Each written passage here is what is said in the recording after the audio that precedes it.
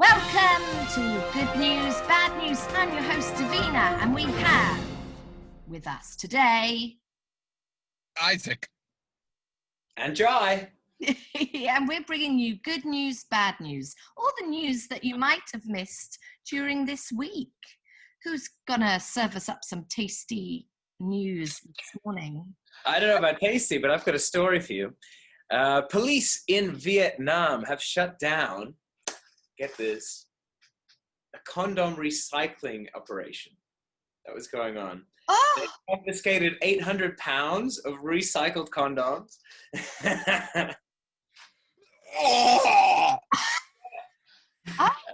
Yeah, this was a big operation. 800 pounds of condom. I think they'd wash them, boil them, and then repackage them. So Wow. they at least did a little bit of effort, you know. Yeah. And I guess, how would they collect them? Is there like a... I think a guy just walks around. Oh, you finished with that? Can I have you? Wow. I mean, I like the environmental aspect of it. I'm sure that was their number one concern. Yeah, oh, for sure. The guy's plea was, think of the trees. Condoms made from trees? Plastic ocean. Well, I don't know. One of the ladies who was arrested says she was paid 17 cents for recycling 2 pounds of condoms. So every 2 pounds of condoms she brought in, she got 17 cents. Oh, so she'd go on the hunting out. Wow, that's interesting to me. Sounds like you're looking for a second job. You're interested in that? That's a new career path? Oh no, yes, well, no, why not? The smell of condoms on your hands, they stay for weeks. It's horrible. Well, speaking of used condoms, let me be the first to tell you guys that Donald Trump has COVID-19. Oh, no. Ooh. Yes. How do you feel? Or should we keep our feelings out? Let's keep our feelings out of it, huh? Yeah. No emotion at all. Emotion. I just hope that it makes the people on his side who are denying it all take it a little more seriously. Politically, it will be very interesting because I think that assuming he recovers from it, he will have to say that it's, I mean, I don't think he's ever denied that it existed, but he'll have to, I suppose, make it more prevalent. But I think what will probably happen is he will say that, oh, you see, it's not serious. I beat it so easy, easy. Yeah. I beat it so easy. I had it. It was nothing. I got it. I mean, it was like nothing. I laughed and it was gone. It just nobody beats coronavirus better than me. He'll turn it into I beat China. Only it'll be I beat the Chinese virus. I beat China. Elect me back. We'll do the same for the country. Cannot stop strong Trump blood. Trump blood is the best blood. I'll now be selling Trump blood in all your local health shops. Trump blood is the only cure for coronavirus. You have to have my blood. It's the best blood. Back to coronavirus. Let me tell you, a man's been arrested in Odisha in India for selling a corona vaccine. That was nice of him. Yeah. He got arrested because he called up the government body to try and get it approved for sale. And then the police were like, I don't know if you're supposed to have that. How did you come about it? Raided his little shop, and he had hundreds of vials on the wall that just had a little label on them saying COVID-19 vaccine. Oh. Yeah. Oh. Which is nice. Now, I don't know. They make a lot of medical vaccines and things in India. So I suppose he could have just had like a back passage into the production lines and stolen a few. I don't know. Or it's just water. So I don't know. What was in the vials? What was in the vials? I don't know. No idea. Probably something to do with those used condoms. Such a good idea, Jai. Trump semen.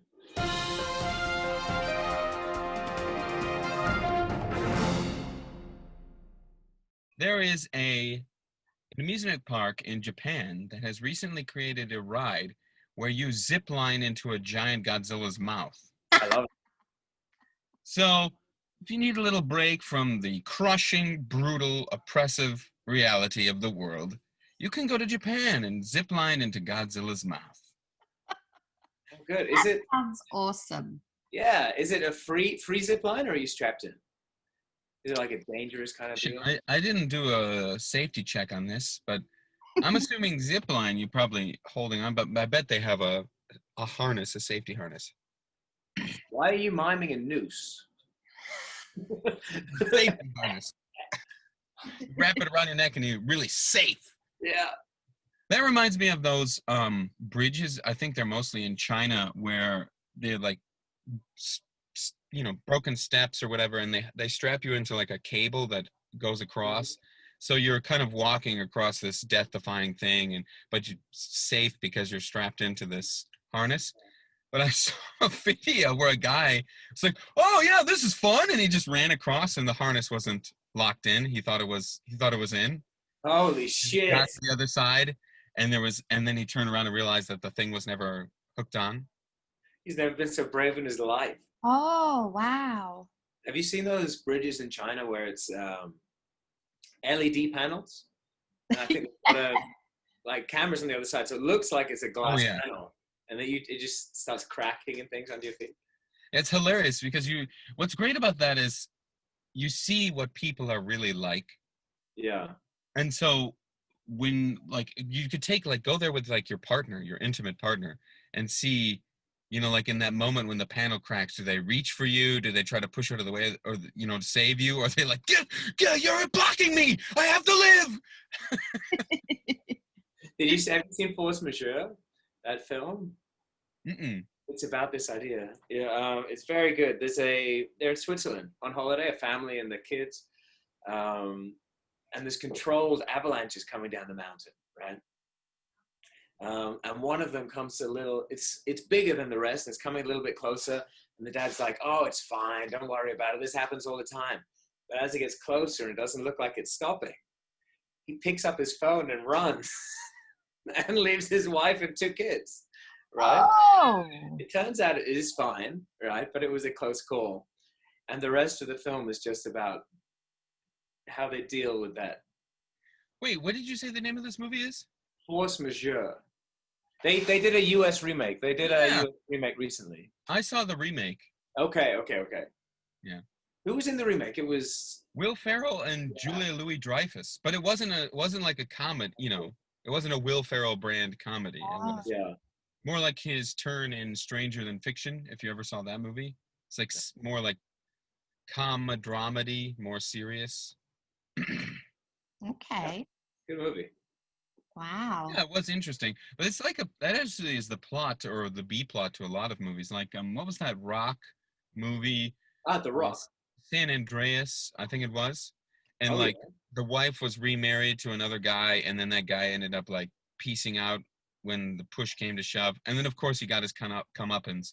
As I recall, he was crushed by a shipping container carried by a tidal wave while he was standing on the San Francisco Bridge.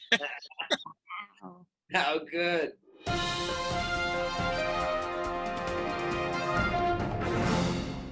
NASA, they've built a toilet that costs 23. Congratulations! Stop right there. They've built a toilet for the astronauts, because I never thought about how they went to the bathroom until this morning. But yeah, it costs 23 million to put this toilet into a space station. It's like a vacuum. I swear they've had this before. They've had like a little whole pouch thing that you just kind of shoot out into space. They're saying that it's more sort of it's like more like a public toilet, so that it's a bit more comfortable. Yeah, comfortable for women and whatnot, or just a bit more privacy. Okay. This whole description is very confusing to me. You said it's like a public toilet, so it's more comfortable, and that everyone can use it, but it's in outer space. Yeah, it sounds perfectly fine to me. It sounds weird, doesn't it? Yeah. Yes. I know. that when I really want to be comfortable, I don't go to the bathroom at home. I go outside to a public toilet. Okay, but imagine instead of a bathroom at home, you've got a hole in the wall of your living room with 6 people in there with you. So it's a private toilet. It's a private public toilet. Oh, okay. Yeah. Yeah, it's but the scary thing to me is the vacuum.